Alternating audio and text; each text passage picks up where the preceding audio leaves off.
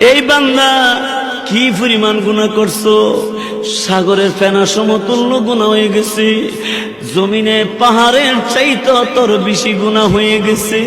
কান্দিস না, চোখের পানি ছেড়ে দিয়ে আমি আল্লাহর কাছে যখন মাপ চাইছো, এই আমি আল্লাহ ঘোষণা দিলাম, লা তাকনাতু মির রাহমাতিল্লাহ।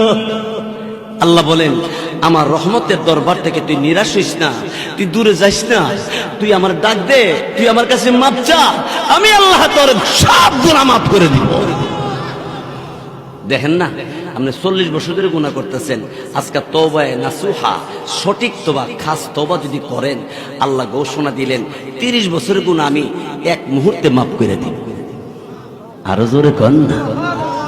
আল্লাহ কি বলেন, ইন্নাল্লাহা ইয়াগফিরুয